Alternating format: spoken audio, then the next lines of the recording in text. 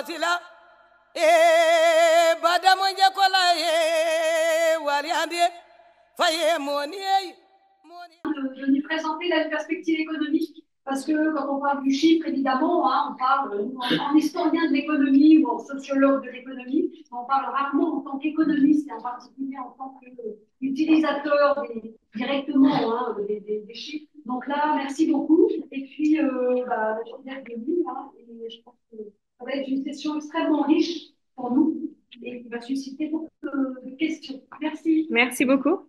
Et, euh, et en fait, ce que je voudrais faire pour cette session, c'est vraiment avoir une session interactive.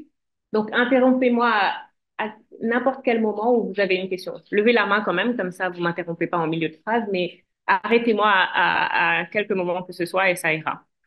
Je voulais aussi m'excuser parce que mon français est pas forcément le meilleur ces temps-ci, vu que j'ai passé pas mal de temps aux États-Unis. Donc, si à des moments j'ai besoin d'utiliser l'anglais, je crois que professeur Fall va traduire.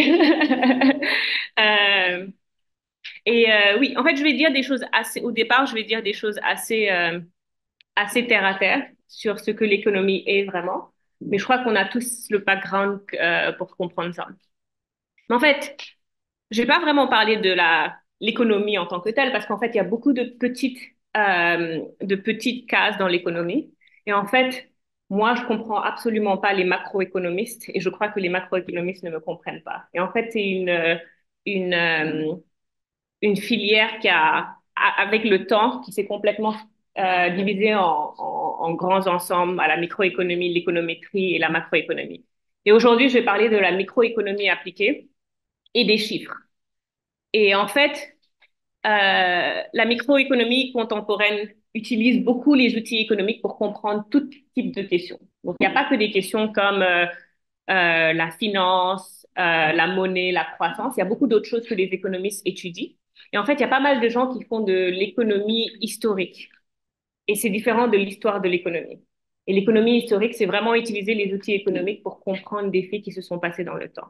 Là, je vais pas passer beaucoup de temps à parler de l'économie historique. Je vais vraiment passer du temps à, à parler de méthodes qui sont utilisées dedans. Mais les économistes étudient l'histoire, la démographie, la santé, la criminalité, mais en utilisant des outils de raisonnement et de mesure qui sont propres à l'économie. Et aujourd'hui, ce que je vais faire, c'est que je vais résumer ces outils qui sont utilisés euh, et en quelque sorte voir si vous pouvez utiliser ces outils pour ce que vous allez faire dans vos recherches en histoire. Alors, euh, dans la microéconomie appliquée, la causalité est devenue un but omniprésent. Après, on peut avoir des discussions philosophiques sur ce que la causalité veut dire. Mais en fait, en économie, quand on pense à la causalité, on pense vraiment à savoir si un phénomène A, donc une politique publique, un événement, a un lien avec un phénomène d'intérêt. Donc, quelque chose que je vais appeler B ici. Et, euh, et en fait, ce lien, on ne pense pas forcément au lien qui existe de manière comme corrélation. Donc, est-ce que les choses arrivent en même temps? Mais on veut vraiment savoir s'il y a un effet qui va de A à B. Donc, pour relier ça à des questions concrètes, vous allez voir, par exemple, pour les questions dont on parle, une des questions dont on a parlé hier, c'était l'extension du congé maternité sur l'embauche des femmes dans le, dans le marché du travail au Sénégal. Donc là, c'est vraiment une question de causalité. Est-ce que A, l'extension du congé maternité a un effet sur l'embauche des femmes? Donc c'est une question très causale. C'est pas est-ce que l'embauche des femmes a un effet sur le congé maternité ou, enfin, il peut y avoir des liens, mais là, vraiment, c'est le lien causal qui nous intéresse. Il peut y avoir d'autres types de questions, comme est-ce que avoir des enfants change la participation dans le marché du travail des femmes? Est-ce que la colonisation a un effet sur les dynamiques du marché du travail aujourd'hui? Alors que la colonisation s'est passée a fini au Sénégal, en tout cas en 1960. Mais vraiment, on peut avoir des questions qui sont très différentes les unes des autres, mais pour lesquelles on peut utiliser des outils qu'on a dans le système, dans la filière économique. Et en fait, ce sur quoi je vais parler aujourd'hui, c'est la première question, ce sera comment peut-on estimer les effets d'une politique sur des choses qui nous intéressent? La deuxième chose sur laquelle je vais parler, c'est comment on peut utiliser les outils économiques pour estimer ces effets sur les phénomènes d'intérêt scientifique. Et ensuite, je vais vous donner des limites. Et en fait, la partie limite, ce sera pas vraiment ce sur quoi je vais parler. Je vais plutôt vous donner des exemples et puis voir comment on peut regarder, comment on peut interpréter ces exemples dans ce qui vous intéresse aujourd'hui. Donc aujourd'hui, vous avez lu une partie d'un livre qui a été écrit par Engels et Pichler en 2010. Donc Engels a eu le prix Nobel d'économie en 2021 et c'était Mostly Harmless Econometrics. C'est pas de l'économics, mais en fait, je voulais vous savoir déjà qu'est-ce que vous avez retenu de ce que vous avez lu aujourd'hui.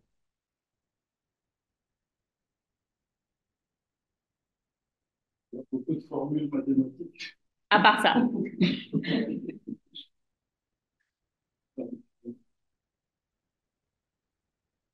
À part ça, qu'est-ce que vous avez retenu?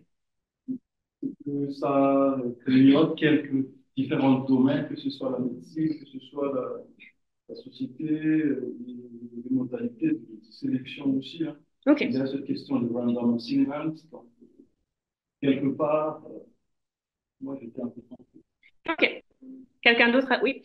Bon, moi, j'ai essayé de lire les rapports qu'il y avait entre les milieux hospitaliers et les patients, et également à la coordination qui pouvait exister entre ce milieu-là et quel était l'apport de l'un par rapport à l'autre.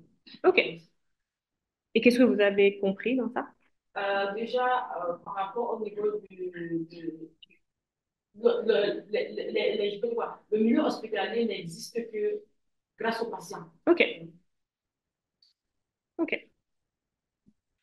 Est-ce que... Ah, où ça? Oui, pardon. Oui. Je pense aussi que j'ai compris un élément qui montre le fait que le fait d'aller à l'hôpital n'est pas forcément associé à la santé. Parce que ceux qui sont malades, c'est souvent les chiffres que vous avez essayé de donner là-bas. Oui, oui, c'est exactement ça. Ceux qui sont à l'hôpital ne sont pas forcément en santé, contrairement à ceux qui sont à la maison. Exactement. Donc, la santé n'est pas proportionnelle au fait de fréquenter les hôpitaux. Exactement. Et en fait, la question à laquelle ils essayaient de répondre, c'est est-ce que aller à l'hôpital vous améliore votre santé ou fait le contraire? Et en fait, si on fait que regarder les statistiques, les nombres, sans essayer de comprendre ce qui se passe, on va dire aller à l'hôpital a un effet négatif sur la santé. Parce qu'on va voir que les gens en moyenne qui vont à l'hôpital, quand ils ressortent, ils sont pas en aussi bonne santé que les gens qui sont pas allés à l'hôpital. Est-ce que ça veut dire qu'aller à l'hôpital vous rend plus malade? Possible. Ah bon? Comment? Oui. Oui. Parce que je ne suis pas allée à l'hôpital. On a ce qu'on appelle la iatrogénie ou bien les maladies nosocomiales. Quand tu arrives dans une formation sanitaire, tu vas pour un soin précis. Exactement. On traite d'autres maladies étant dans une formation sanitaire plus grave que celle qui t'a conduit à la formation sanitaire. C'est vrai, ça c'est absolument vrai. Et ils en parlent d'ailleurs dans ce que vous avez lu. Mais la question c'est, est-ce qu'en moyenne, si vous prenez une population de 10 000 personnes par exemple qui vont à l'hôpital, est-ce qu'en moyenne ces 10 000 personnes vont sortir de l'hôpital plus malades qu'elles ne le sont au départ? OK. Donc la question c'est, qu'est-ce que la sélection? En fait, quand on regarde des statistiques et qu'on regarde le départ et qu'on regarde la fin, on peut se retrouver à avoir des effets qui sont le contraire de ce que l'effet propre de l'hôpital, par exemple, dans ce cas précis. Et la raison, c'est parce que ceux qui vont à l'hôpital, au départ, ils sont déjà malades. Donc, si on ne prend pas en compte le fait que ces personnes sont malades, on va croire que l'hôpital se rend plus malade. OK? Et donc, du coup, c'est important de prendre en compte les phénomènes qui se passent en arrière. Et là, on parle de la sélection. Donc, les gens qui partent à l'hôpital sont sélectionnés de manière négative, donc ils sont plus malades que les autres. Et donc, du coup, on doit prendre ce type de choses en question. Qu'est-ce qu'on peut faire pour s'affranchir de ce problème? Qu'est-ce que vous avez lu? Pour ceux qui sont arrivés un peu à la moitié. Une précision pour ces quatre ouvrages. Il y a une répartition en quatre groupes. Chaque groupe s'est contenté de dire. Non, non, c'est un document.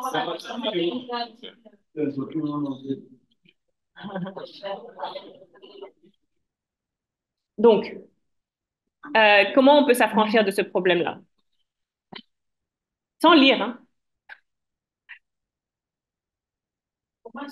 S'affranchir de ce problème-là. Comment on peut régler le problème?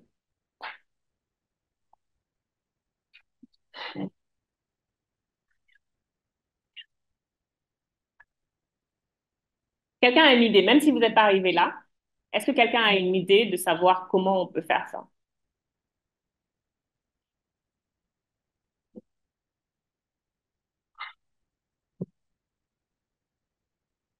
Bon, est-ce que c'est possible de reformuler un autre terme?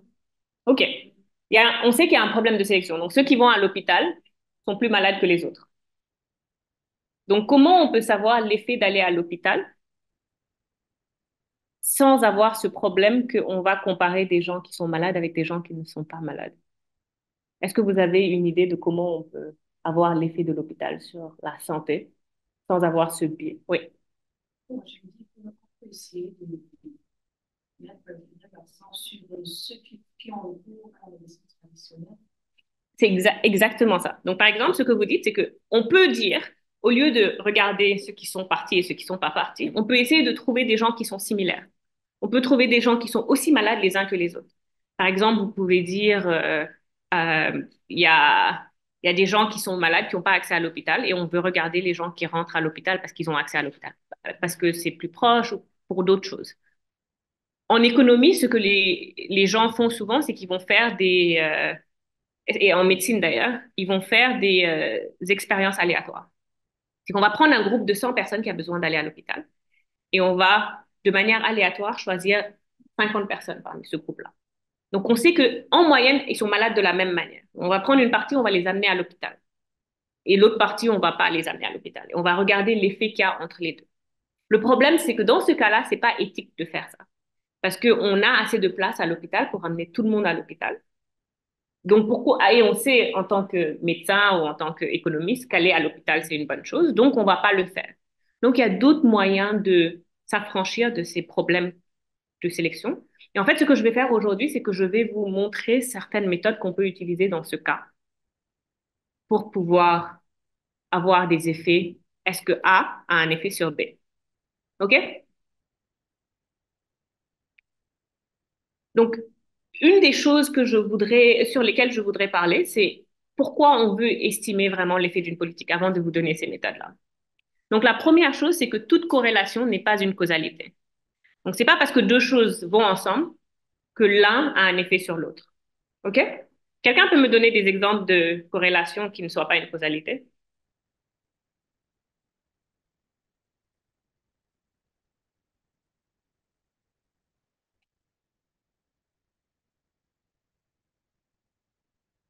Bon, je suis à Dakar, Mhm. j'ai prolongé mon séjour, ça ne veut pas pourtant dire que c'est en rapport avec le prolongement de mon séjour n'est pas en rapport avec ce pourquoi je suis arrivé au Sénégal. OK. Mais est-ce que ça, c'est une corrélation, ce serait est-ce qu'il y a quelque chose qui se passe en même temps que quelque chose d'autre?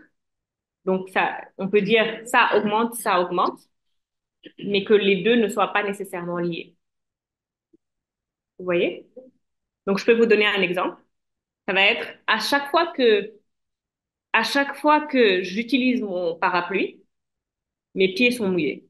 Donc, j'arrête d'utiliser un parapluie. Donc, forcément, il y a une corrélation là, mais c'est pas à cause du parapluie que mes pieds sont mouillés.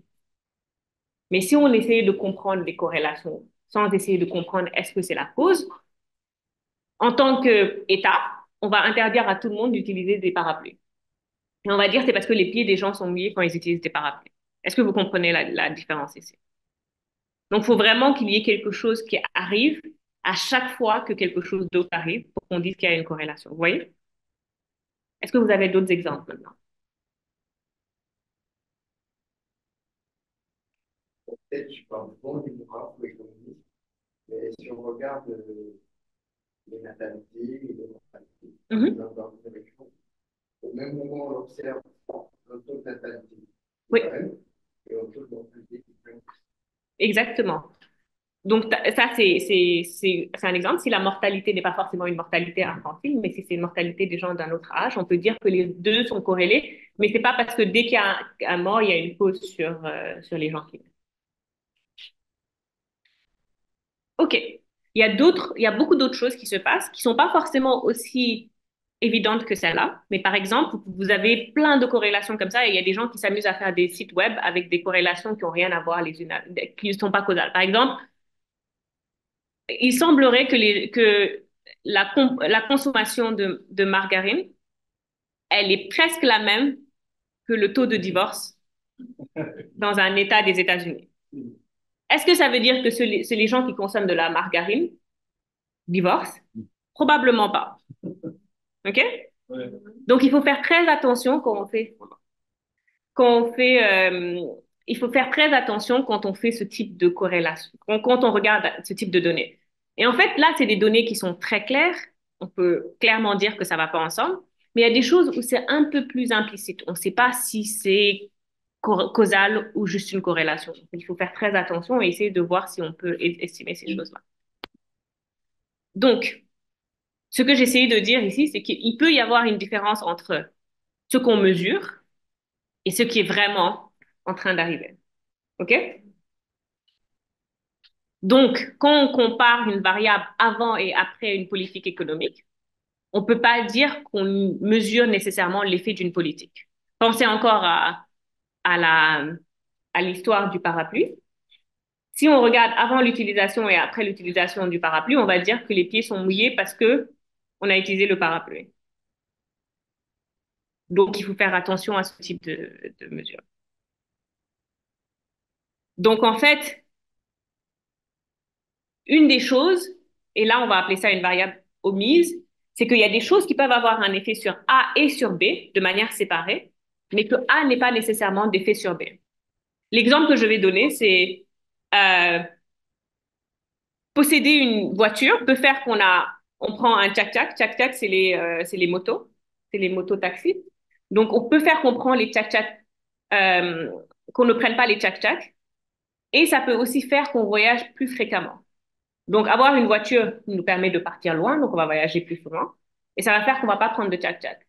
Mais si on regardait l'effet de prendre un tchak-tchak sur voyager, on va dire que ne pas avoir un tchak-tchak fait voyager plus.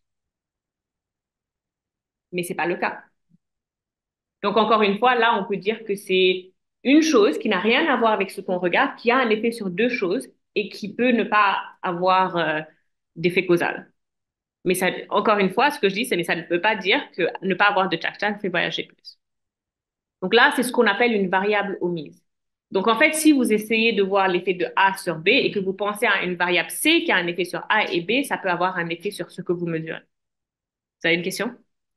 OK. Tout le monde comprend jusque-là? OK.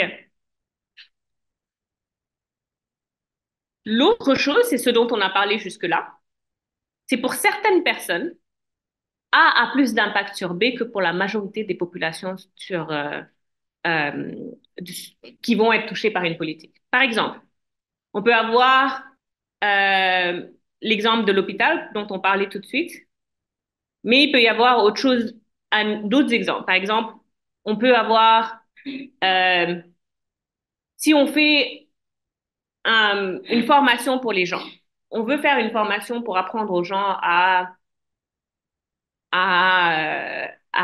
être des plombiers. Les premières personnes qui vont venir, ça va être les personnes les plus motivées. Donc, c'est celles qui vont déposer leur CV partout, qui vont faire beaucoup d'efforts. Donc, si on regarde l'effet de cette formation sur ces premières personnes qui sont venues, il va être très différent que de regarder cet effet sur la millième personne qui vient. OK? Parce que vous allez regarder l'effet sur la plus motivée et l'effet sur une personne qui est juste normale dans la population. Et en fait, donc, si vous voulez regarder l'effet de faire une politique générale de formation, vous pouvez pas regarder l'effet sur deux, trois personnes que vous avez vues au départ parce que ces personnes-là vont être très différentes de la majorité. OK? C'est ça qu'on appelle un effet de sélection. C'est la même chose que l'hôpital, sauf que l'hôpital, c'était un groupe différent. C'était négativement sélectionné, alors que là, je vous donne un exemple où c'est positivement sélectionné. Le troisième effet, c'est A peut avoir un effet sur B, mais B peut aussi avoir un effet sur A. Et ça, c'est ce qu'on appelle la reverse causalité. Donc, ça veut dire que vous avez un effet de feedback sur les deux. Donc, voyager plus peut faire qu'on utilise moins les tchak-tchak, mais utiliser moins les tchak-tchak, dans quelque sorte, peut faire qu'on voyage plus parce qu'on est obligé de prendre d'autres types de transports et donc, du coup, on va voyager plus. Donc, vous avez ces deux effets qui peuvent être miroirs. Et donc, du coup, si vous voulez avoir l'effet de A sur B, vous devez enlever l'effet que B a sur A pour pouvoir comprendre exactement les effets que vous avez. OK? Est-ce que vous avez des questions? Pas de questions? Pas vraiment. OK, c'est bon. Euh, donc ici, je reviens sur la question que je vous posais au départ. C'était comment utiliser des outils économiques pour estimer l'effet d'un phénomène d'intérêt, estimer les effets d'un phénomène d'intérêt scientifique. Donc ici, je vous ai parlé de trois biais, l'effet de sélection. C'était quoi les autres?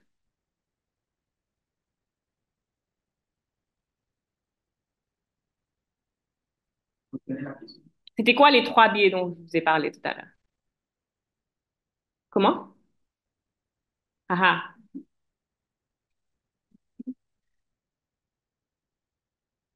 Quelqu'un se rappelle? À part la sélection, parce que la sélection, c'était dans le livre.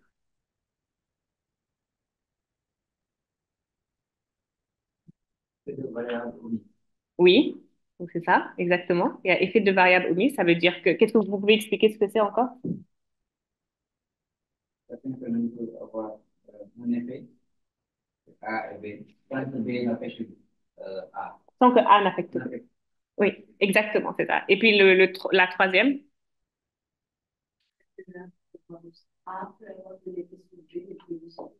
Exactement, et ça, c'est reverse causalité. Donc, on va essayer de trouver des moyens d'enlever ces biais-là avec des méthodes d'estimation. OK. Donc, quelle est la méthode dont on a parlé au départ avec les hôpitaux? Comment on peut enlever le biais avec ces hôpitaux-là? Je vous avais donné un exemple de comment enlever le biais. Et je parlais d'éthique. Je disais peut-être que c'était pas éthique de le faire dans ce cas précis.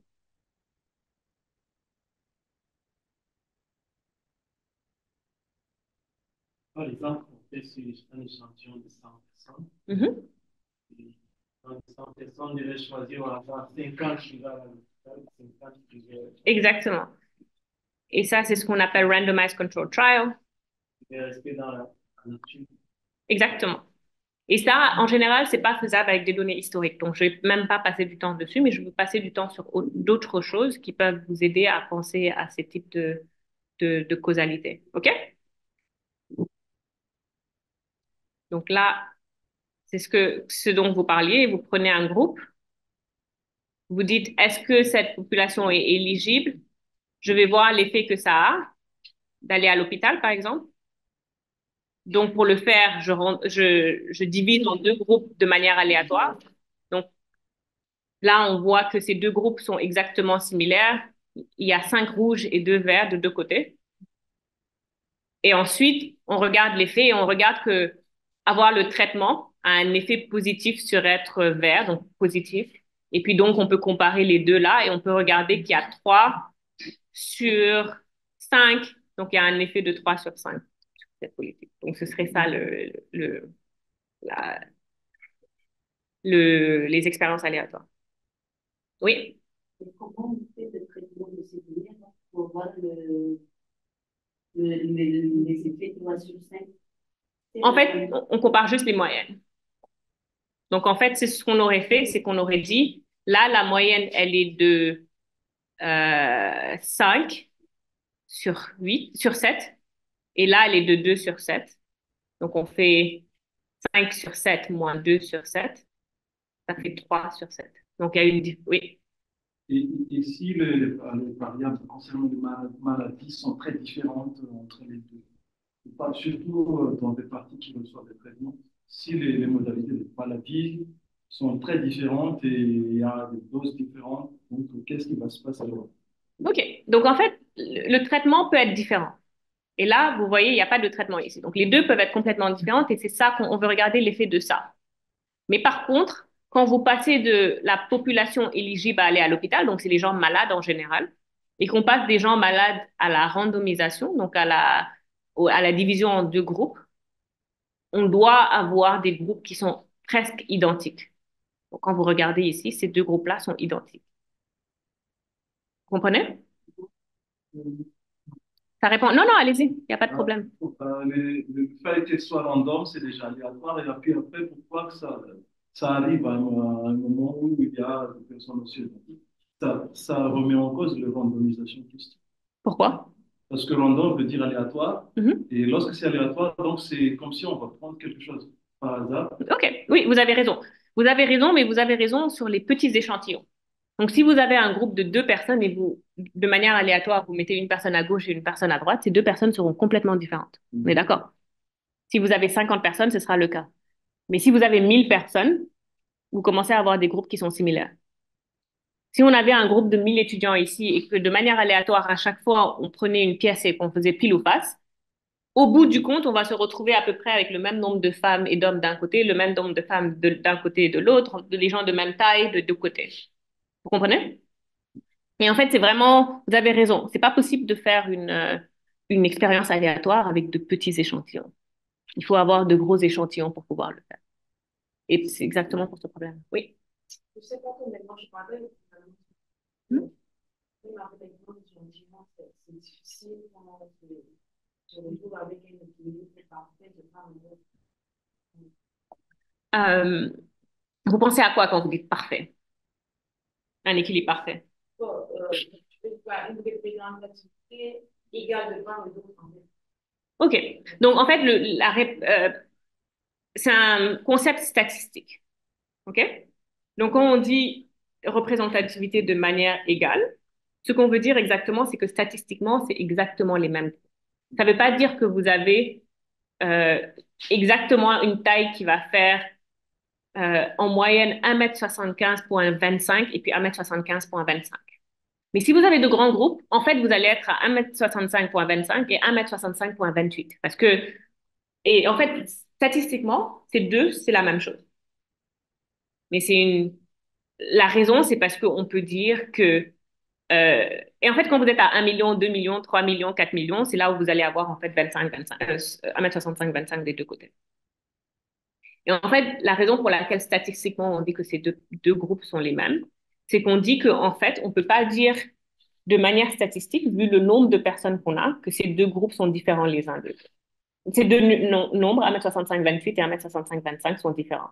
Sachant que si on regarde 2 personnes ici, il n'y aura pas 0,03 de différence de taille euh, entre aucune personne ici. Donc vraiment, c'est quelque chose de tellement petit qu'on peut considérer que c'est des choses similaires. Vous voyez? Donc si vous voyez un effet de 1 cm, 2 cm, ces 0,3 seront tellement infimes. Et après, vous allez avoir une marge d'erreur des deux côtés qui vont faire que si cette différence est trop petite, vous ne pourrez pas dire que c'est différent. Vous voyez? OK. Donc, il y a l'espèce de marge d'erreur qu'on prend en compte. Mais là, on est en cas, c'est ce qui m'inquiète. Par exemple, entre quelqu'un qui a mal au ventre et qui a du sida et qui a de la fièvre, quelque part, c'est... Comment vous dites? Donc, quand prenez la population, une population de 10 000 personnes, que vous dites la population éligible, là, vous allez dire quel est l'effet, vous pouvez dire sur toutes les maladies si vous voulez, mais en fait, en général, ce qu'on fait, c'est qu'on va prendre sur une maladie. Donc, on va prendre 50 000 personnes qui ont le palu. Oui, Et on va tester sur des gens qui ont le palu.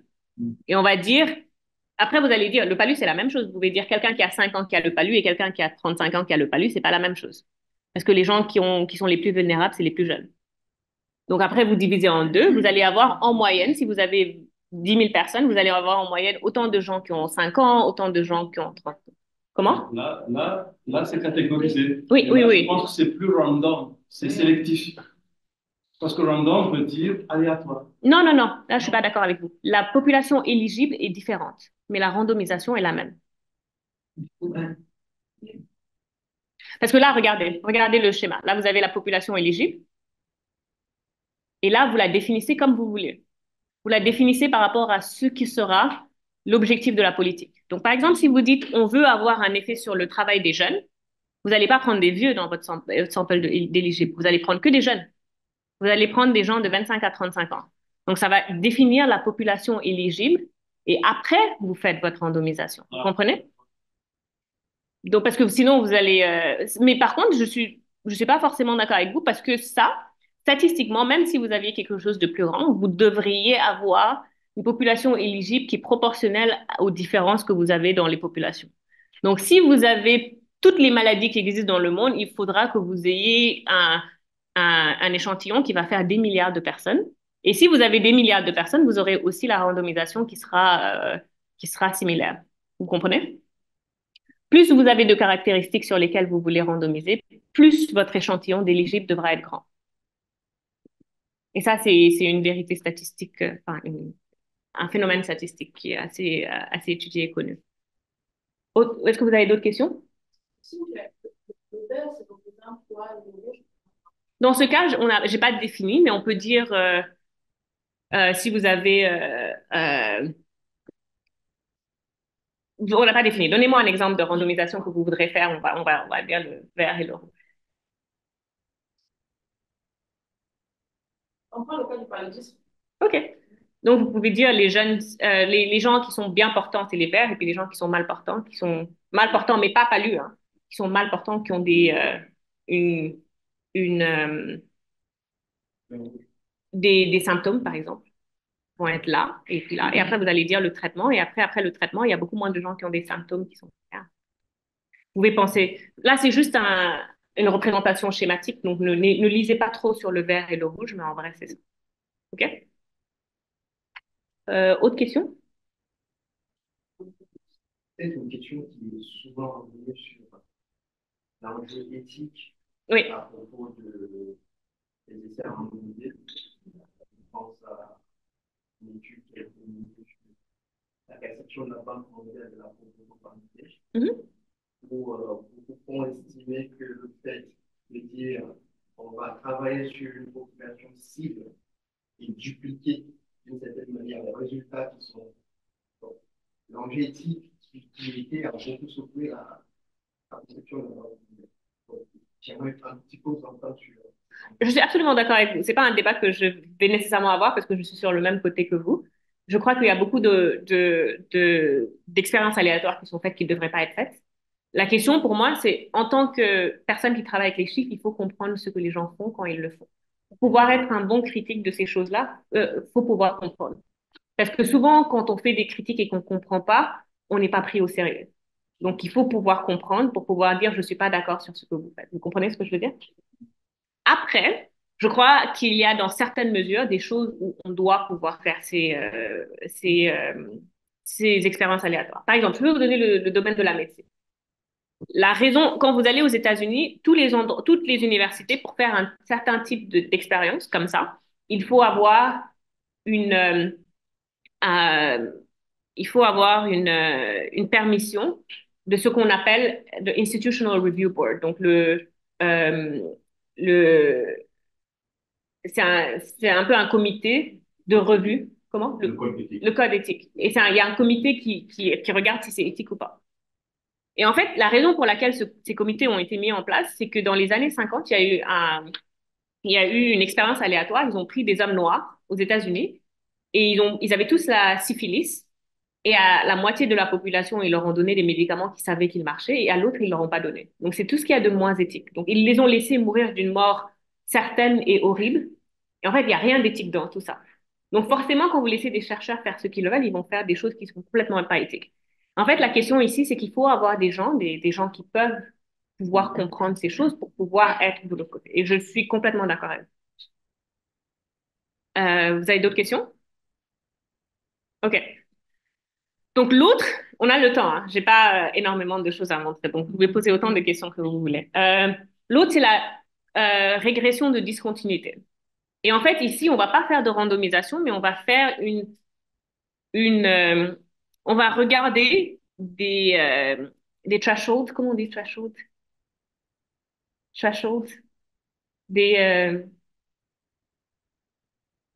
des escaliers dans les politiques publiques. Donc, on va dire les gens qui ont moins de 25 ans vont avoir accès à une politique, les gens de plus de 25 ans n'ont pas accès à la politique. Pour les Sénégalais, c'est par exemple la DER. La DER, c'est pour les jeunes et les femmes. Donc, on peut dire, si vous avez en dessous de 35 ans, vous avez accès à un financement de l'État et au-dessus de 35 ans, vous n'avez pas accès à un financement de l'État. Donc, qu'est-ce qu'on peut faire? On peut regarder cette discontinuité. Dans la politique, tous les gens autour de 35 ans vont avoir à peu près la même chose. Les gens autour de 35 ans vont être très similaires. Quelqu'un qui a 34 ans et demi et quelqu'un qui a 35 ans vont être en moyenne très similaires. OK? Donc là, si on regardait, ça je vous montre un autre graphe, mais si on regardait le switch date, ce serait 35 ans, et puis on regardait la probabilité d'avoir un business, et vous voyez qu'avec le temps, on a de plus en plus de business, mais que à 35 ans, il n'y a rien vraiment qui se passe. L'ADER dit, je vais commencer à donner du business aux gens qui ont, allez, disons, plus de 35 ans. Qu'est-ce qui va se passer? Ou moins de 35 ans, pardon. Qu'est-ce qui va se passer? On va voir que les gens qui vont avoir moins de 35 ans vont avoir plus de probabilité d'avoir un business parce que maintenant, ils ont accès à des financements. Et les gens qui ont plus de 35 ans, ils vont être moins bons que les autres. OK? Ici, ce qu'on va faire, c'est qu'on va regarder les gens qui sont très proches de 35 ans. Et la raison, c'est qu'on va dire que les gens qui sont très proches de 35 ans sont très similaires les uns aux autres. Si on compare quelqu'un qui a 25 ans et quelqu'un qui a 45 ans, il y aura beaucoup de différences. Avoir des enfants, avoir eu l'opportunité d'avoir de l'expérience, avoir eu beaucoup de choses qui vont faire que 25 ans et 45 ans, ça va être très différent. Mais si on regarde quelqu'un qui a 34 ans et 364 jours, et puis quelqu'un qui a 35 ans et 1 jour, ces personnes-là vont être statistiquement comme si c'était aléatoire. C'est que vous êtes né soit le 29 juin, soit le 1er juillet, mais il n'y a pas de différence sinon à part ça. OK? Et donc, ce qu'on dit ici, c'est que si on compare les gens juste autour de la discontinuité, on peut dire que ces personnes-là sont similaires. OK? Donc, dans votre cas, par exemple, comment vous pouvez appliquer ça à une problématique historique?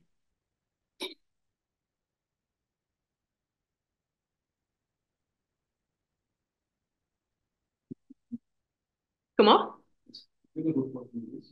OK. Donc, ce qu'on dit, c'est qu'il y a une politique publique où il y a un moment X où vous avez certains en dessous de X qui sont qualifiés pour quelque chose, donc ils vont recevoir quelque chose, ou au-dessus qui vont recevoir quelque chose, et puis les autres vont pas recevoir quelque chose. Donc en fait, vous dites les deux personnes-là, les personnes qui sont autour, à chaque côté de la discontinuité, sont exactement similaires. C'est juste que l'un a eu la chance d'être né juste avant, par exemple, ou d'avoir quelque chose juste en dessous et va avoir accès à la politique, et puis l'autre n'a pas eu. Mais à part ça, ils sont similaires en tout genre.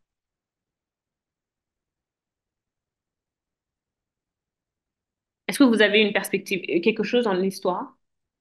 Ok, parce que Oui. quand le français, quand moi, vous êtes en train d'expliquer, je me dis, cela émane parfois du mode de vie. Parce qu'on ne peut pas comparer en termes d'âge. Si on prend quelqu'un qui est dans un fond, qui a cet âge, quelqu'un qui vit peut-être à Dakar, on ne peut pas différencier le mode de vie. On est absolument d'accord. Absolument d'accord. Et que ce serait un problème s'il y avait plus de gens qui avaient 35 ans en brousse qu'à Dakar. Mais comme les gens qui ont 35 ans sont un peu partout au Sénégal, quand vous dites 35 ans et que vous prenez la population du Sénégal, vous allez avoir tout le monde. Vous allez avoir des gens de Brousse, vous allez avoir des gens de Dakar, vous allez avoir des gens de Tambacounda, là où j'ai grandi, vous allez avoir des gens de Saint-Louis, vous allez avoir des gens de partout. OK? Et c'est ça qui est représentatif de la population. Donc là, vous regardez qu'une chose que l'État prend. Si l'État avait dit, je mets les gens de Saint-Louis qui ont plus de 35 ans, là, ce serait un autre problème. Parce qu'il y a deux choses qui rentrent en compte. Mais quand il y a une seule chose, c'est unidimensionnel et on peut regarder ça de cette manière. Vous voyez? Est-ce que, est-ce que vous avez une idée de comment vous mettez ça en place en histoire? Moi, je voyais par exemple la question de l'octroi des bourses scolaires. Et je vois aussi le départ à la retraite, les variables, le départ à la retraite, l'octroi des bourses scolaires. Parce qu'il y a généralement un gars, je ne sais pas comment expliquer, mais je dans ce sens que je pense. Et je me projette évidemment comme vous. Parce que justement, il y a. En fait, je suis en train de réfléchir. Non, c'est parfait. La retraite, c'est un exemple parfait. Okay. Parce que si la retraite, on dit à 50 ans, le jour où tu as 50 ans, tu es à la retraite. Et puis avant, tu es pas. Par contre, la bourse, là, ça devient un problème. Parce qu'en fait, ça devrait être une discontinuité où on ne peut pas jouer sur la discontinuité. Vous voyez? Parce que si on peut jouer, vous allez avoir une sélection. Vous allez avoir des gens qui vont faire tout pour avoir la bourse, donc ils vont aller dans des écoles qu'il faut, ils vont faire tel, tel, tel, et ils vont se retrouver d'un côté. Et les gens qui vont se retrouver d'un côté de la discontinuité et de l'autre vont être très différents les uns des autres. On peut plus dire que c'est aléatoire. Vous voyez? Donc, par exemple, euh, ceux qui habitent sur l'île à Saint-Louis, la discontinuité, elle peut être spatiale aussi. Donc, si on dit, on va dire, par exemple, on va donner accès à la DER aux gens qui habitent à Guédiawaye, mais pas aux gens qui habitent à Pikine, vous allez avoir une discontinuité. Parce que les gens qui habitent à Guédiawaye sont très différents des gens qui habitent à Pikine. Mais vous pouvez avoir des endroits où stratégiquement, il y a pas de stratégie qui peut être mise en place. Si on dit dans Guédiawaye, on va couper les choses de manière qui n'ont rien à voir avec comment les gens se sélectionnent dans le quartier, là, ça va être différent. Là, on pourra utiliser la discontinuité spatiale. Vous voyez? OK. Donc, est-ce que vous avez d'autres exemples en histoire où vous pouvez utiliser la discontinuité? Oui.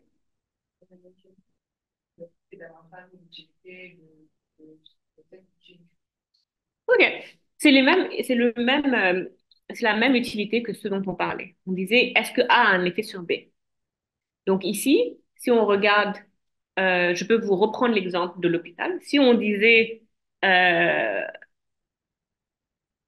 pour Covid, par exemple, à un moment, l'une des règles qu'on disait, c'est si vous avez eu des symptômes pendant 7 jours, vous pouvez venir à l'hôpital. Sinon, restez chez vous. Ou 14 jours, venez à l'hôpital. Donc ceux qui sont à 13 jours et ceux qui sont à 14 jours sont très similaires. Et vous pouvez dire, si vous voulez regarder l'effet à un jour, vous pouvez regarder ces gens très proches comme ça. Vous voyez? Et en fait, c'est cette discontinuité qu'on veut prendre en compte. Après, vous allez me dire encore, Covid, ça va être différent parce qu'on peut mentir sur le nombre de jours qu'on a. Avec les dates de naissance, c'est beaucoup plus facile. Donc, il y a des choses où on peut regarder l'effet de A sur B en regardant ces discontinuités où les gens ne peuvent pas vraiment jouer sur la discontinuité, mais on peut regarder des effets qui sont différents. Et quels sont les indicateurs à analyser? Comment les identifier? Donnez-moi une politique que vous avez en tête et je peux vous dire comment l'analyser dans ce cas précis. Euh, Ça peut être compliqué parce que vous n'avez pas cette discontinuité. Vous voyez? Un homme et une femme vont avoir socialement beaucoup de choses qui vont être différentes. Donc, vous n'avez pas cette discontinuité qui est similaire les uns aux autres. Vous voyez? Oui, mais est-ce que vous croyez que les, les effets dans la société d'être une femme, par exemple, si on disait avoir un business, est-ce que vous croyez que la probabilité d'avoir un business quand on a un homme est exactement la même que la probabilité d'avoir un business quand on est une femme? Exactement. Donc, vous pouvez pas faire cette discontinuité parce que vous voulez regarder vraiment les choses qui sont similaires.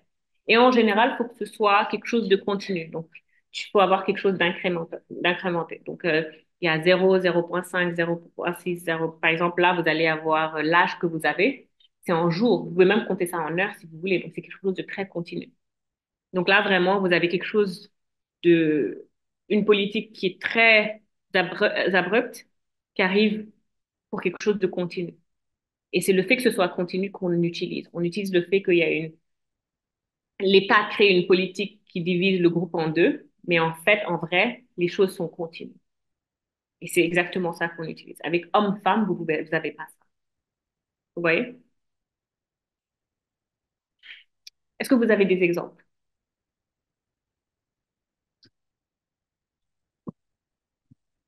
L'accès à la fonction publique.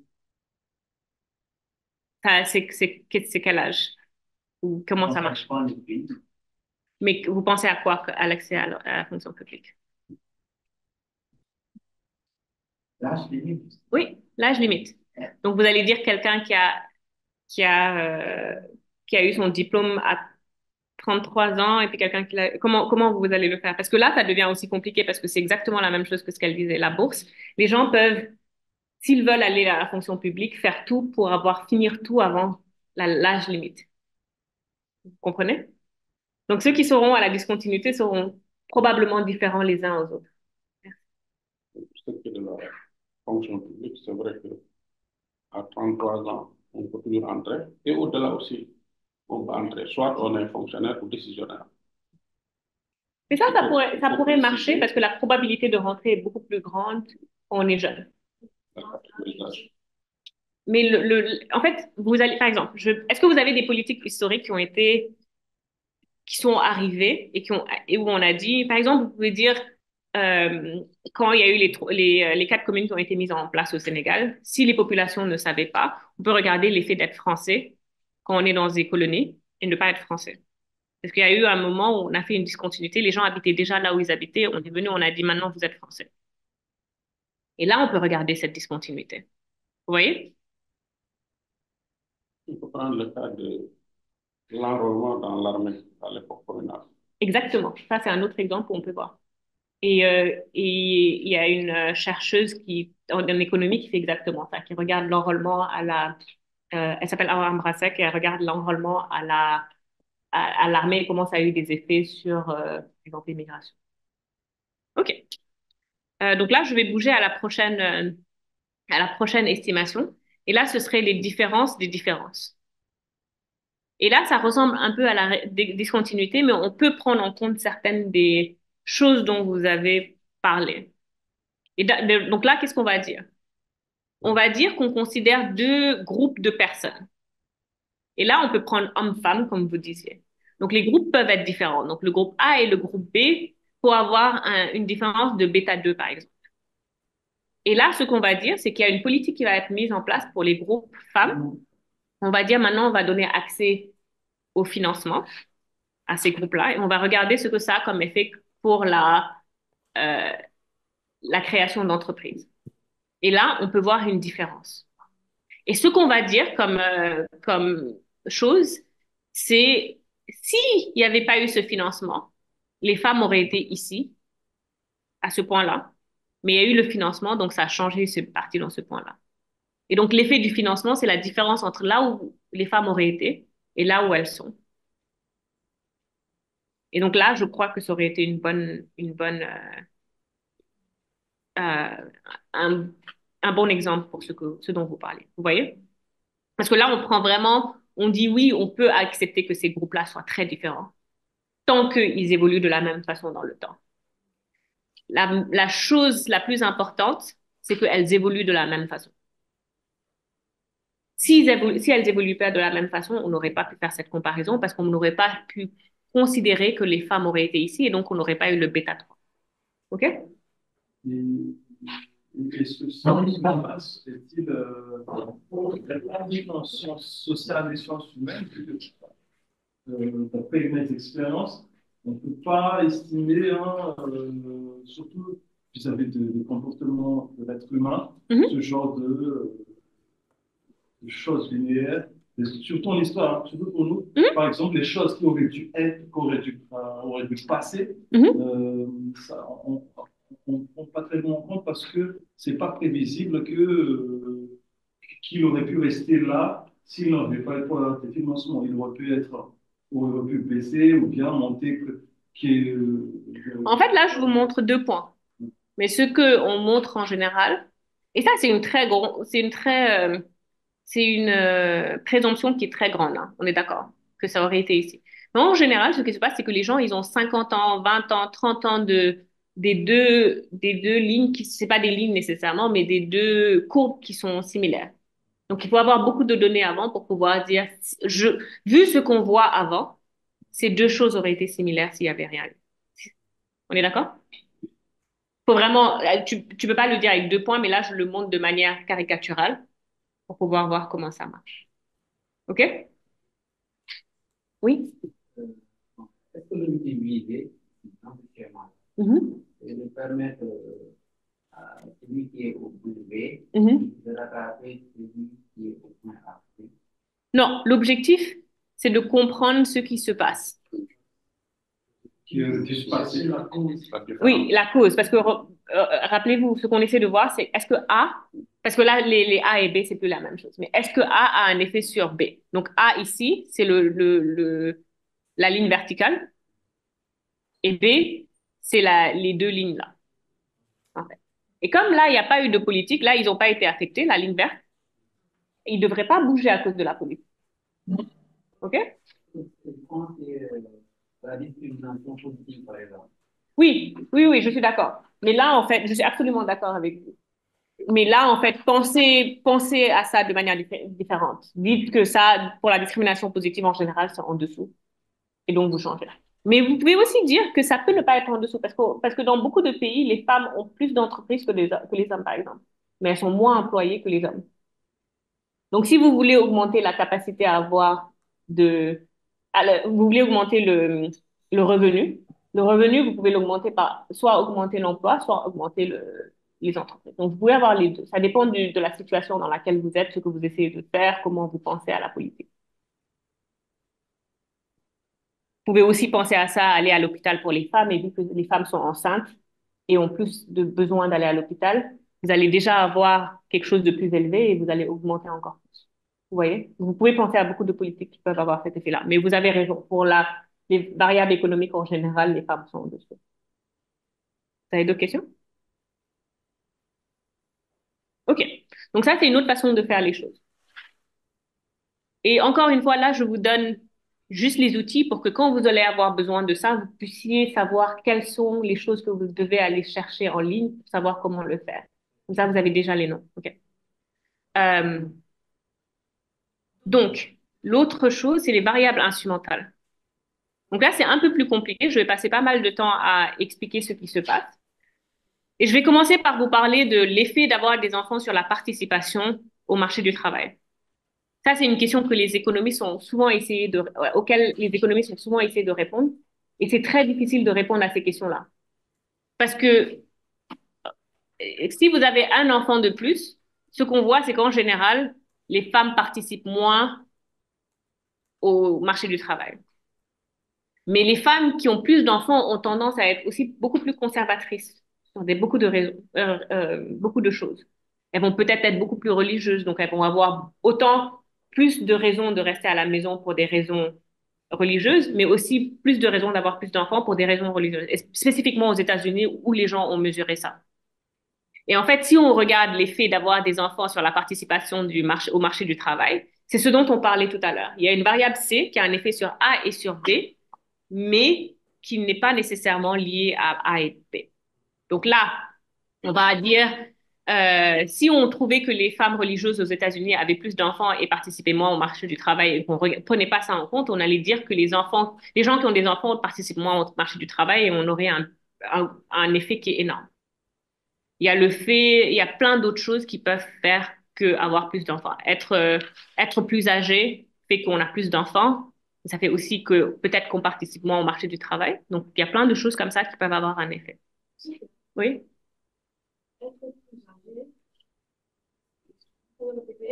Ça fait que vous avez plus d'enfants. Quelqu'un qui a 15 ans n'a pas d'enfants. Zéro. Quelqu'un qui a 45 ans a probablement 2, 3, 4 enfants. Donc, être plus âgé, mécaniquement, ça fait que vous avez plus d'enfants. Ah bon? Ça dépend des contextes. J'ai pas dit que vous avez. Non, non, non. Non, ça c'est même pas de manière. C'est même pas contextuel. Vous avez plus d'âge, vous avez plus d'enfants. Ça, c'est statistiquement vrai. J'ai pas dit que vous avez des enfants jeunes, plus. J'ai dit que vous avez plus d'enfants. On partait dans la logique de 15 ans, ne pas avoir d'enfants à 15 ans. Parce que dans des contextes, il y a des endroits à 15 ans, il y a les filles qui ont déjà 2 enfants. OK, on est OK. Mais dans ce contexte-là, si vous avez 50 ans, vous avez combien d'enfants? Donc, quand on est plus âgé, on a plus d'enfants. Oui, c'est un exemple parmi tant d'autres. Non, non, non. Mais même, détail ou pas, quand on est plus âgé, on a plus d'enfants. Ouais, c'est le chiffre. On est d'accord. Ouais. Non, mais donnez-moi un exemple. On essaie de globaliser Non, non, mais donnez-moi un exemple. La même personne. Une personne qui s'est mariée à 13 ans. Au bout de 32 ans, elle a 12 enfants. C'est un exemple que je connais. Et je peux prendre le cas d'une maman qui a 45 ans et qui n'a qu'un seul enfant. Mais je parle de la même femme. La même personne. Quand vous êtes plus âgé, vous avez plus d'enfants. Oui, c'est la même personne. Ah, ok, d'accord. La même personne. Oui. Donc l'âge fait que vous avez plus d'enfants. Donc ça veut dire que statistiquement, quand vous prenez une population, les plus âgés ont plus d'enfants. Ok, on est d'accord. Même si on part dans sa logique, en majorité des gens de 15 ans ne peuvent pas avoir plus d'enfants qu'une personne qui a 40 ans. Si on essaie quand même de globaliser la chose. Ah, une personne de 55 ans monogame. Pour avoir moins d'enfants, un homme de 45 ans polygame. Sans limite. Mais là, on parle des femmes déjà, donc ça règle le problème. Moi, je ne rentre pas dans les débats. Ok, est-ce que vous êtes d'accord? Donc, on est d'accord. Oui. J'ai quand même une certaine précision que je voulais avoir, Oui. parce que sur une question de l'âge, là, je suis d'accord. Mhm. Mais sur le nombre des enfants, Mhm. là, je suis un peu sceptique, là. Peut-être que ça dépend que les études soient faites en Amérique, parce que ici, parce que c'est deux pays totalement différents, Mhm. mais ici, par exemple, en Afrique, pour les femmes surtout, quand on a plus d'enfants, on a beaucoup plus comment dirais-je, on veut encore travailler plus pour ses enfants. Ok, ça c'est d'accord. Ça peut être positif. Je disais pas que je disais négatif dans le sens aux États-Unis, c'est ça qu'ils ont trouvé. Mais vous pouvez trouver exactement le contraire. Hein. C'est pas la question, c'est juste que il y a quelque chose en dehors de ce que vous pensez dans votre schéma causal qui a un effet sur les deux. Donc, en fait, je suis pas en train de dire c'est forcément positif ou c'est forcément négatif. Et ce que j'essaie de dire, c'est qu'on sait même pas dans quel sens ça va aller. En vrai. Vous comprenez? Là, on est en phase. On est en phase. Je crois qu'on est en phase, mais le débat est bon. Donc, OK. L'effet d'avoir des enfants sur la participation au marché du travail. Parce que c'est très important, parce que ça a un effet sur les politiques publiques que les États mettent en place. Donc, vous allez voir en Europe ou aux États-Unis, vous allez avoir beaucoup de crèches qui vont être mises en place parce qu'on sait qu'avoir des enfants, ça prend beaucoup de temps et donc pour pouvoir avoir beaucoup de gens qui travaillent, il faut avoir des crèches pour que les gens puissent puissent pour s'occuper des enfants. Et en fait, c'est très important en termes de politique publique de comprendre comment ces variables bougent les unes avec les autres. Mais comme je vous ai dit, il y a beaucoup de choses qui peuvent entrer en compte ici. La participation au marché du travail peut aussi avoir un effet sur est-ce qu'on a des enfants ou pas. Des deux côtés, ça peut. Donc, du coup, tous les problèmes auxquels on a pensé, on va les retrouver ici. OK. Mais, oui. Hier, par exemple, avec cet exemple, Mhm. la relation entre les enfants et l'accès du marché du travail, sur la question du recrutement, de Oui. l'accès, par exemple, Oui.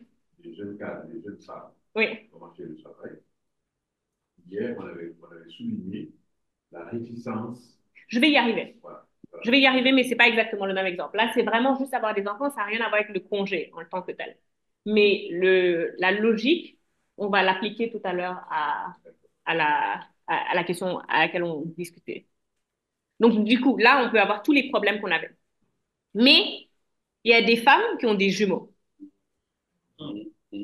Et quand vous avez une naissance, vous pouvez avoir un enfant et vous pouvez avoir une naissance et avoir deux enfants.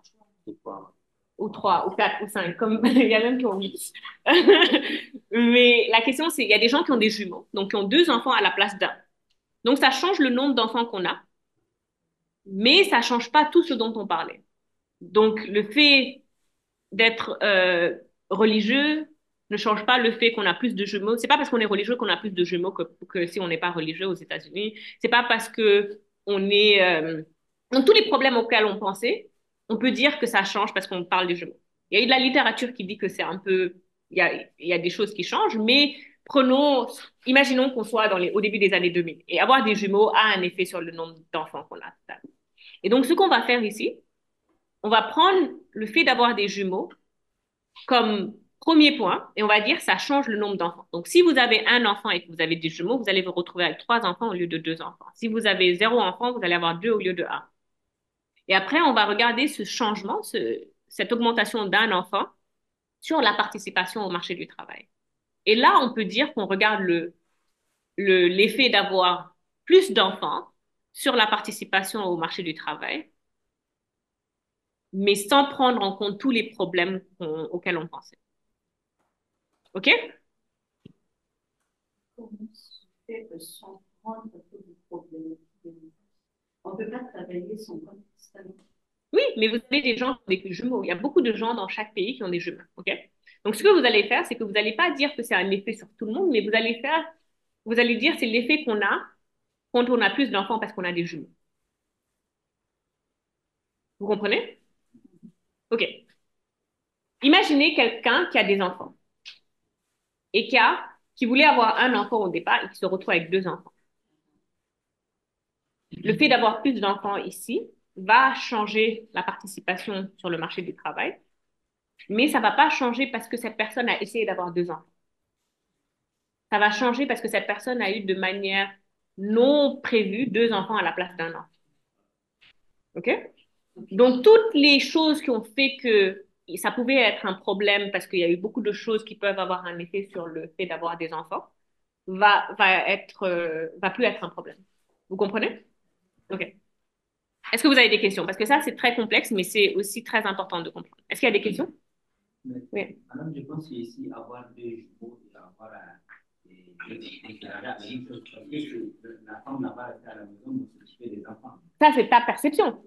Mais il y a des femmes qui vont aller au travail quand même. Il y a des femmes qui ont des jumeaux et qui sont au travail. Ou bien? En tout cas, aux États-Unis, je ne sais pas dans nos pays respectifs, mais... Non, le nombre des enfants, ça, je dis, avoir des jumeaux et avoir un enfant. Pourquoi? Parce que c'est l'enfant, les enfants qui empêchent les femmes de participer. Là, j'ai fait aucun... En fait, je crois que vous avez pris la question à un niveau différent. Oui. Moi, à aucun moment, j'ai dit positif ou négatif. J'ai juste dit quel est l'effet d'avoir des enfants sur la participation sur le marché du travail. On est d'accord? Donc ça peut être positif ou négatif. On est d'accord? Vous dites que c'est négatif. Moi, je ne sais pas encore. Hein. Je crois que c'est négatif. Hein. Je suis d'accord avec vous, mais pas beaucoup, nécessairement. Pas autant que ce que vous pensez, parce que sinon, il n'y aurait pas de femmes au travail. On ne serait pas tous ici avec vous. On est d'accord? Oui. OK. Je pense qu'il ne faut pas prendre la chose du PM. OK. Donc, il y a des questions là? OK. Donc, ce qu'on va faire, c'est que là, ça va être le premier niveau de l'estimation. Donc, on va estimer le fait d'avoir des jumeaux sur le nombre d'enfants.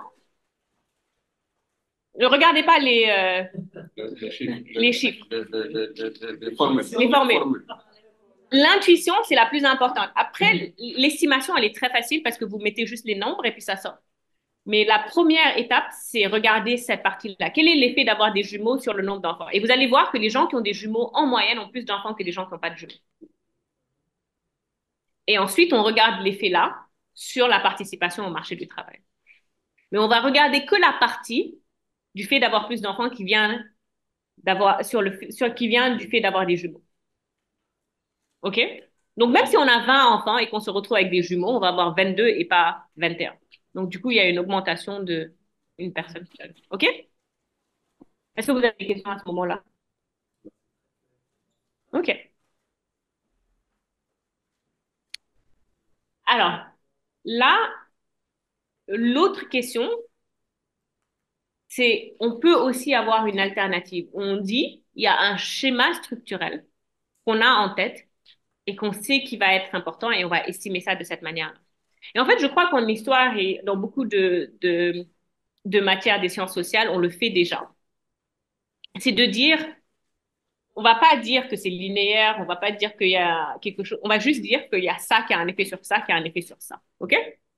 Et là, on va parler justement de la question qu'on a abordée hier, qui était la participation, le congé maternité sur la participation, sur l'emploi des femmes. OK? Et professeur Fall, on va aller sur votre juste là. Donc ici, il y a beaucoup de papiers. C'est pour ça que je posais la question hier. Quand le présenteur parlait de l'extension du congé maternité sur l'emploi, je disais quelle était la base sur laquelle. Parce que dans l'économie, on n'a pas de choses claires sur l'effet que ça a. Parce que selon les contextes, il y a des choses différentes qui se passent. Et on ne peut pas, comme je vous ai dit au départ, on ne peut pas dire je ne vais pas mettre de parapluie parce que mes pieds sont mouillés sinon. Donc, quels sont les effets qu'on peut prendre en compte? Ici, on voit qu'au Danemark et au Brésil, les effets sont positifs. Donc, avoir plus de congés maternité font que les femmes travaillent plus. Et en fait, il y a plusieurs raisons pour lesquelles. Donc ici, le Danemark, ils disent qu'ils utilisent une différence en différence, et c'est ce que je vous ai montré tout à l'heure.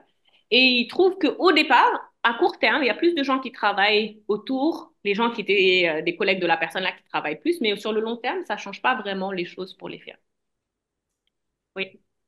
Et justement, ça me fait penser à un élément parce que justement, de plus en plus, les femmes, je prends par exemple les enseignants de lycée. Les dossiers sont calculés maintenant. Oui.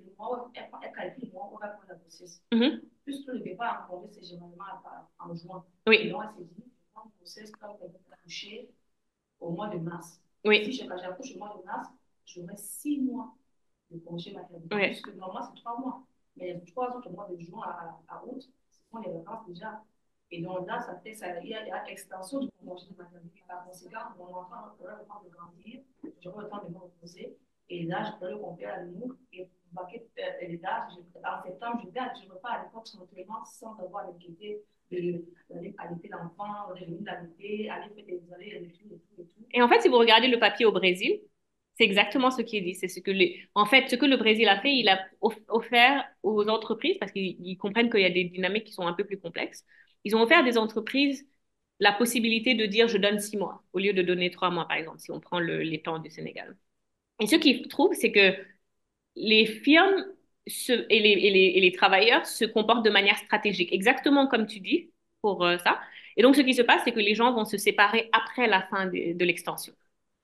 Et c'est exactement ce que vous êtes en train de dire. C'est que les gens sont très stratégiques sur la façon dont ils font les choses pour pouvoir avoir du temps avec leurs enfants, pour pouvoir faire plein de choses comme ça. Donc, c'est exactement, vous avez raison. Les gens sont stratégiques dans leur choix. Oui. Oui. Mais quand tu essaies de voir dans le milieu humanitaire, c'est quoi? C'est que plus tu accouches, plus il y a les possibilités que tu sois viré. Hein. Oui. Oui. On est d'accord, mais on va y revenir. On va exactement revenir. On va revenir. Donc, ce que je dis, c'est que les effets sont, les gens qui ont fait les effets, ils trouvent ça. Ils disent que c'est positif au bout du compte. Mais on sait que probablement les entreprises ont ne veulent pas nécessairement embaucher, et on le sait par d'autres études, des gens qui vont avoir des enfants ou qui ont des enfants en bas âge. Et ça, c'est de la discrimination qui se passe au niveau des entreprises. Et pourtant, les candidatures sont comment? Encouragées. Oui. C'est le paradoxe, en fait. Exactement. Et en fait, je vais vous parler de la partie structurelle. Donc, c'est vraiment essayer de comprendre ce qui se passe dans ce type de situation où on peut trouver des effets positifs, même si il semblerait que les entreprises n'emploient pas nécessairement plus les femmes à ce niveau-là. Donc, il y a beaucoup de choses qui rentrent en compte et il faut comprendre ce qui se passe. Et ça explique la question que je posais hier. OK? Donc, par exemple, quel est le processus que vous pensez, à part que vous pensez être pertinent dans ce cas-là? À part le fait que les entreprises emploient moins, qu'est-ce qui peut se passer d'autre? Que les entreprises peuvent employer les femmes à une probabilité moins élevée. Qu'est-ce qui peut se passer d'autre?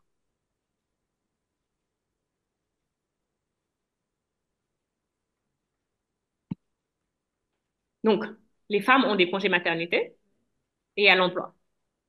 Mais l'emploi est fait de quoi?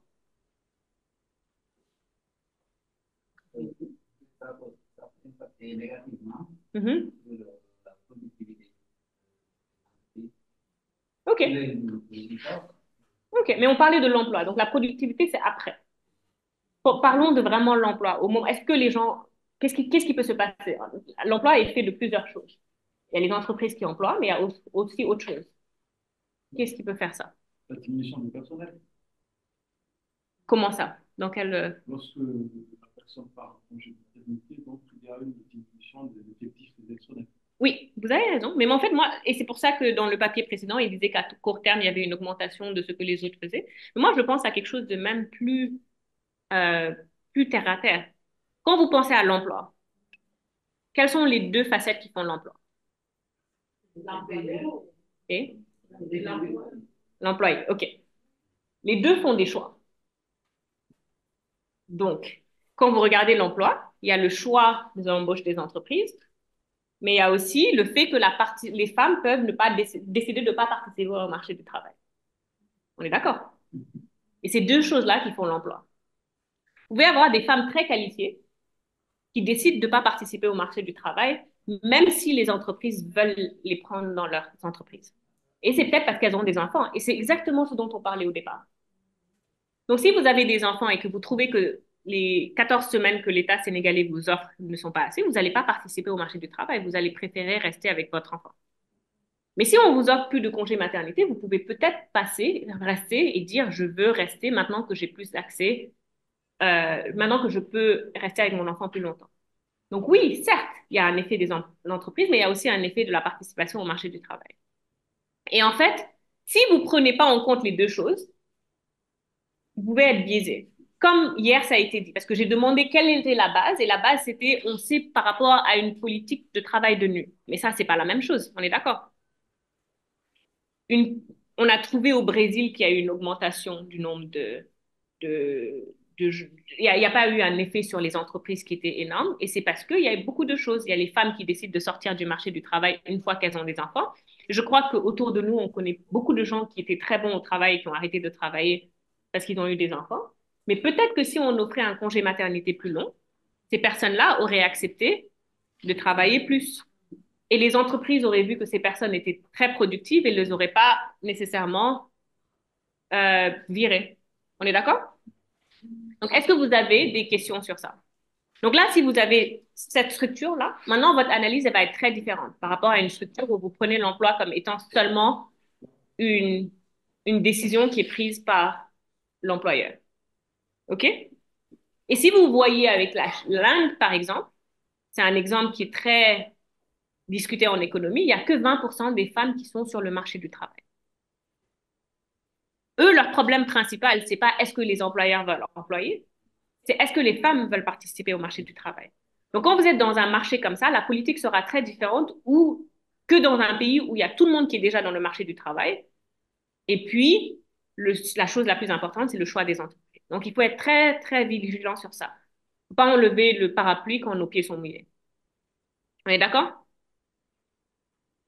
Donc, comment on pourrait faire dans ce cas-là pour comprendre ce qui peut se passer au Sénégal si on augmentait le congé maternité? Quelqu'un a une idée? Je pense que ça va motiver davantage les femmes. Mais est-ce que vous avez une idée sur... Comme le monsieur qui présentait hier, il parlait des politiques, comment penser. Comment vous pensez qu'on pourrait convaincre, si on voulait convaincre, ou on pourrait savoir l'effet que ça a?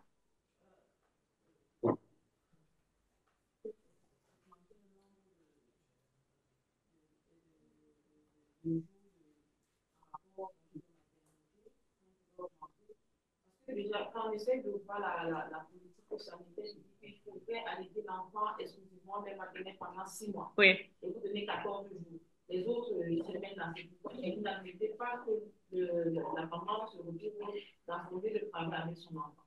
Donc, je trouvais que c'est bien contradictoire, mais si on essayait de pallier à cela, peut-être que ça pourrait booster.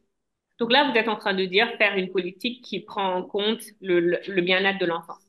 Ça, c'est une chose qui est possible. Une fois, on peut dire, dans la politique publique, on ne s'intéresse pas seulement à la productivité des filles, mais on s'intéresse aussi au bien-être de la famille et de l'enfant.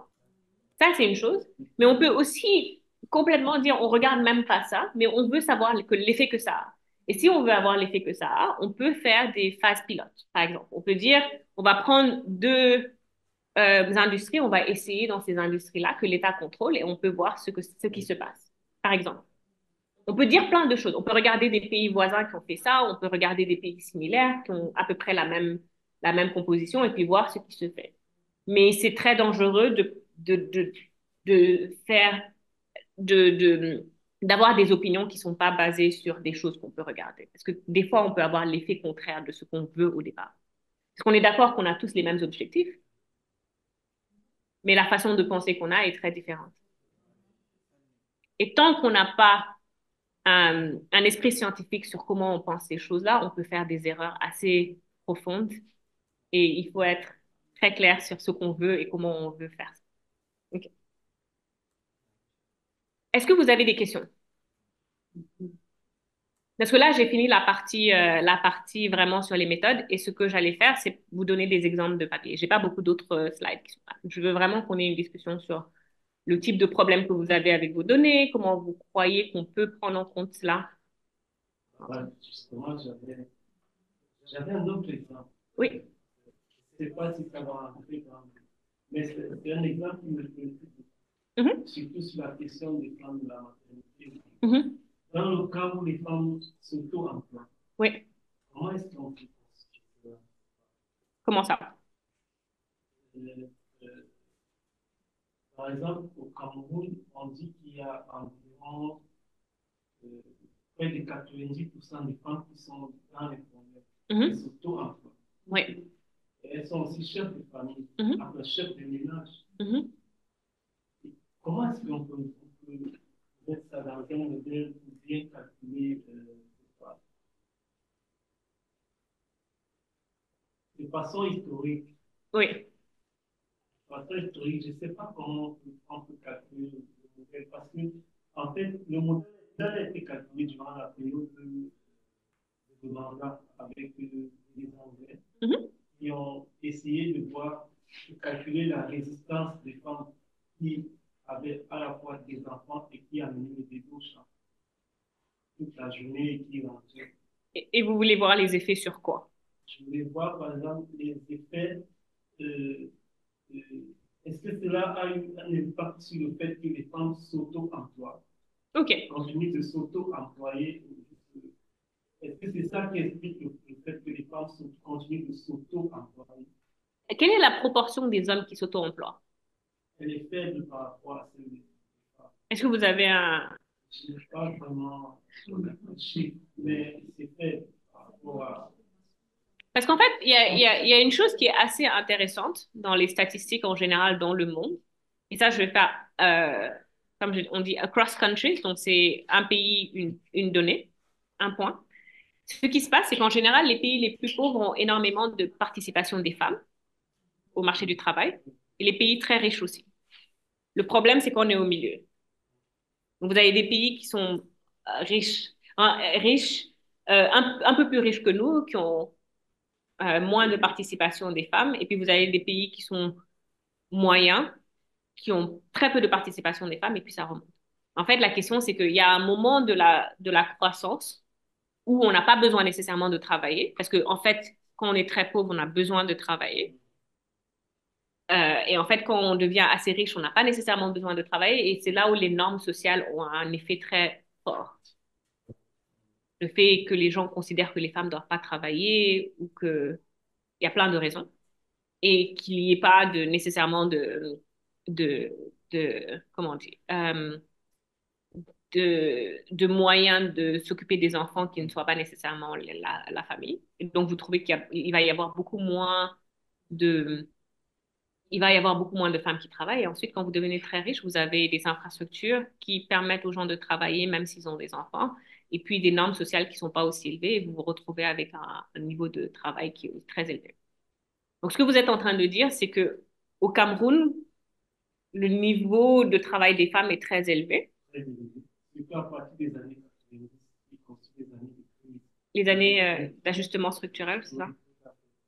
Et en fait, ce que il y a beaucoup d'informalité dans nos pays, en général. Et comme on disait tout à l'heure, hier, c'était 97% des gens qui travaillent au Sénégal sont dans l'informel. Ce qui fait que l'informel est très élevé. Et quand on est dans l'informel, très souvent, on a notre petit business. On s'auto-emploie. Vous voyez, au Sénégal, il y a beaucoup de gens qui achètent et qui vendent. Tout le monde est vendeur. Et en fait, l'effet que ça a sur... vous disiez, quel est l'effet que ça a sur... Et je voulais savoir l'impact que cela peut avoir, notamment sur le temps, et peut-être sur les politiques publiques, sur les politiques sociales, sur la considération des femmes et de leurs enfants, en fait. Est-ce que vous pouvez redéfinir la question? C'est les politiques publiques qui ont un effet sur les personnes ou les personnes qui ont un effet sur les politiques publiques? J'en sais rien. OK. J'en sais rien, mais je voudrais quand même avoir un modèle de calcul. C'est-à-dire que si j'ai ce modèle de calcul, peut-être qu'en formulant ma question de recherche, plus tard, je pourrais utiliser ce modèle pour effectivement démontrer ce que je dois dire.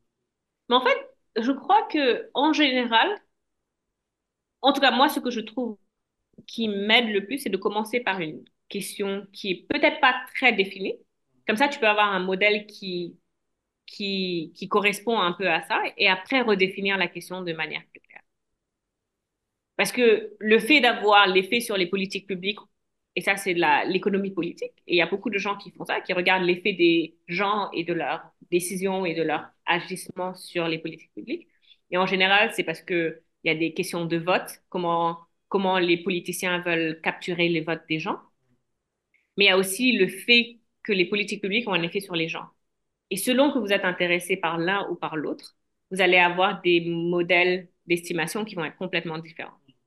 Et je crois que selon que vous voulez vous inscrire dans dans la politique, dans les politiques publiques, avoir l'effet des politiques publiques, ou que vous voulez vous inscrire sur l'économie politique, ce sera très différent comment vous estimerez ça. Vous voyez ce que je voulais dire?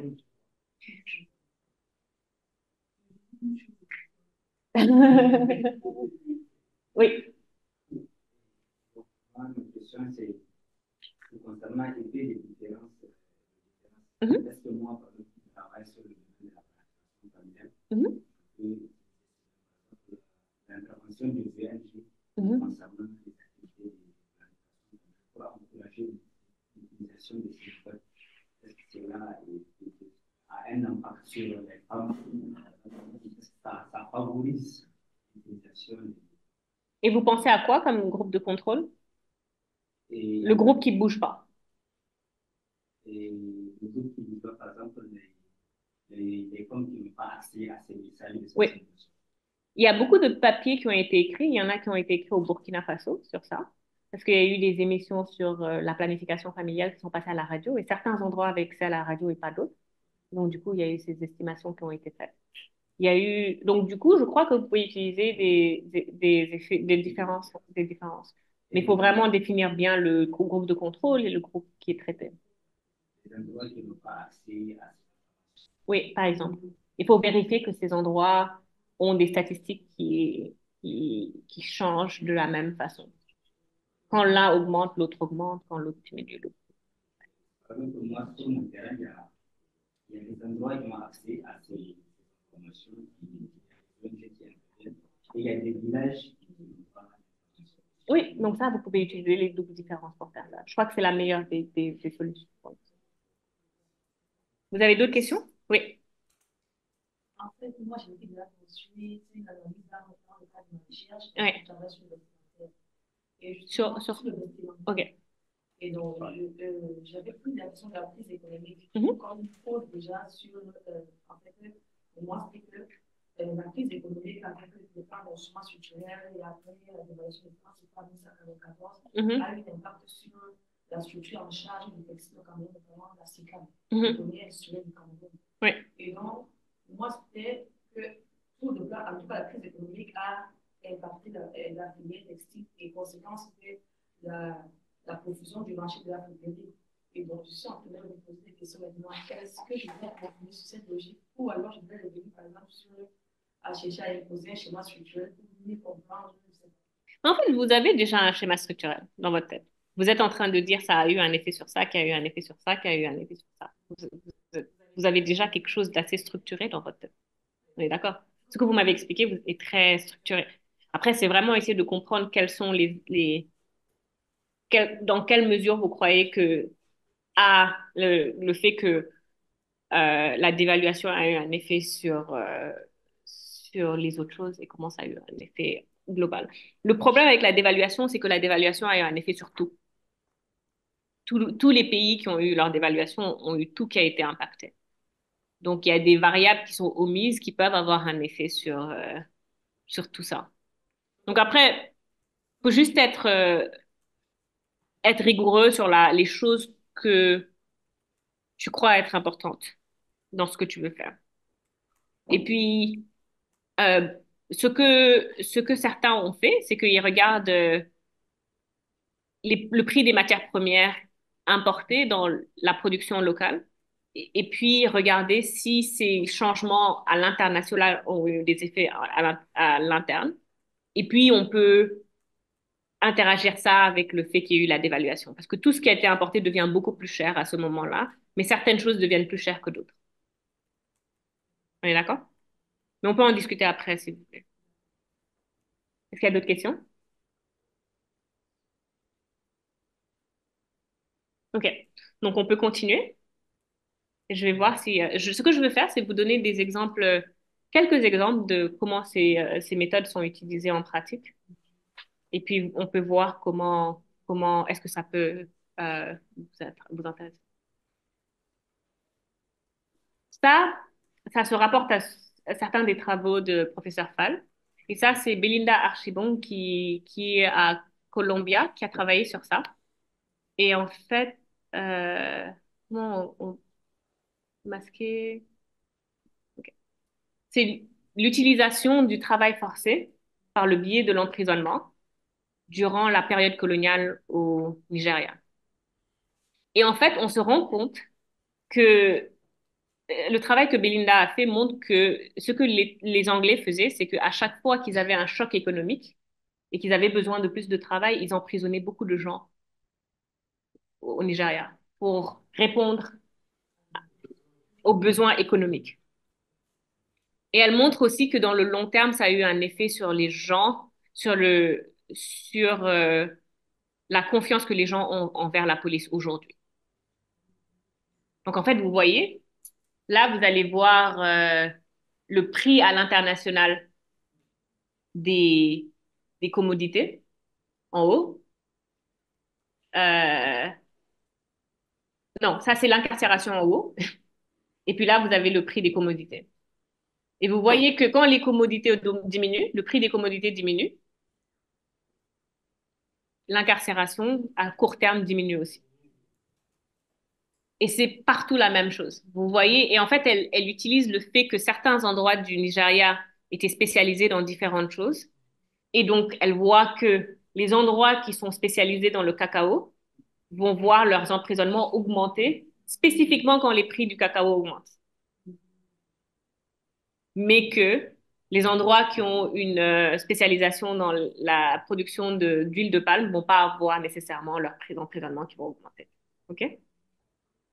Là, vous voyez la même chose pour les arachides. Quand euh, quand le prix diminue, ça diminue plus ou moins jusqu'à ça reste quand c'est plat, ça reste à peu près la même chose. Et là, on voit une petite divergence, mais on voit qu'en vrai, il y a le pic qui est reproduit en haut. Quand c'est devenu très, très cher, ils ont commencé à incarcérer plus. Si on revient au postulat de départ, il y a une corrélation, une causalité. Mhm. Et là, la causalité, c'est qu'on peut voir que c'est vraiment spécifique aux différents endroits. Si c'était tout le Nigeria qui voyait, tout augmentait en même temps, mais on se rendait compte que c'était vraiment sous le long du chemin de fer. C'est autant là où il y a la production et là où il y a dans le transport. Et quand on utilise les prisonniers comme travailleurs, si c'était pas pour ça, on aurait vu ça un peu partout, mais on voit que c'est vraiment quelque chose d'économique et que ça suit de manière claire. Et une autre chose qu'on voit, c'est que ça, c'était à court terme. Ce que je vous montrais, c'était à court terme. C'était l'incarcération à court terme. L'incarcération à long terme n'a pas eu d'effet. C'était vraiment des choses qui étaient à court terme. Donc, on a besoin de travail maintenant, on va emprisonner des gens maintenant, on va les lâcher quand on n'en a plus besoin. Et ce qu'on voit, c'est que le, la confiance en la police aujourd'hui est corrélée avec l'emprisonnement à court terme durant la période coloniale. Donc, ça veut dire que des endroits où il n'y avait presque pas d'emprisonnement économique pendant la période coloniale a une confiance très élevée en la police, alors que quand on a des changements d'emprisonnement à court terme durant la période coloniale, aujourd'hui, on voit que ces endroits-là ont aussi une confiance en la police qui est plus faible. Vous comprenez? Donc, ça veut dire que des choses qui sont arrivées il y a 50 ans peuvent avoir un effet aujourd'hui et on peut mesurer ça si on a les données. Et en fait, elle a utilisé des données qu'elle a prises dans les archives au Nigeria. Et c'est des choses auxquelles vous avez accès. Et en fait, vous pouvez faire ce même type d'analyse avec des données que vous avez. Ouais, les bruits qui sont un peu plus flagrants, c'est le baby boom. Hein. Je pense que ça illustre aussi la même chose sur le cas de baby boom. Une politique de natalité qui a été prise il y a 20 ans et qui a les répercussions Exactement. Et vous avez aussi vous voyez que le long terme, c'est le contraire. Les gens qui ont eu des emprisonnements qui étaient élevés à long terme ont une confiance à la police qui est plus élevée parce que là, c'était vraiment des emprisonnements qui étaient justifiés. Moi, je viens de comprendre pourquoi, à partir d'un certain moment, ils ont forcé le code de l'indigénat. On est en 2024. S'il y a des fouilles avec la police, on vous demande tout simplement sa pièce d'identité. Mais à l'époque, avec le code de l'indigénat, on peut te considérer comme vagabond si tu te déplaces et que tu n'as pas 2000 francs. Je crois que le professeur Fall a travaillé dessus justement et il peut vous donner plus de... Vous avez déjà eu l'article sur la Guyane, les bains. Oui. Vous avez eu l'article sur les bains avec Napoléon. Et lorsque la France avait eu des besoins en matière de pollution et de matière première, on a fait un déplacement des prisonniers pour les amener en Guyane. Vous avez eu l'effet. Et cette même politique a été appliquée au niveau de la République française. C'est par exemple au Sénégal,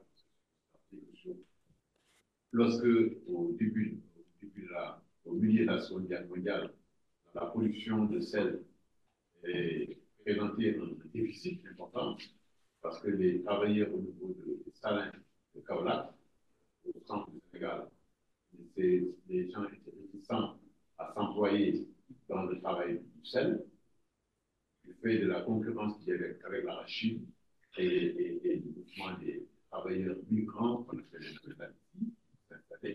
Vous voyez qu'il y avait beaucoup de difficultés à attirer des travailleurs au niveau du sel. Donc, ce qui s'est passé, c'est qu'on a fermé une prison, on a déplacé une prison qui était à laquelle on l'a fermée, on l'a transplantée à Koutal, à côté de l'Issue, et tous les condamnés à des lourdes peines étaient transportés au niveau de là pour pouvoir se servir de main-d'œuvre. Donc, cette politique intervient 1943 pour se prolonger jusqu'en 1956. Nous avons déjà vu que, vous avez vu l'article sur la Guyane, déjà sous Napoléon, là, on a ouvert les bagnes. Donc, il y a cette corrélation dans le cas de la recherche de la main-d'œuvre. Si le marché du travail ne fonctionne pas sur la base de l'incitation, il faut effectivement des mesures administratives pour pouvoir fournir la main-d'œuvre au niveau des gens. Et en fait, si on regardait juste les données comme ça, sans essayer de comprendre exactement ce qui se passe, sans utiliser ces méthodes-là, on dirait les gens qui sont les plus délinquants ont le moins ont le moins de confiance en la police. On pourrait dire ça.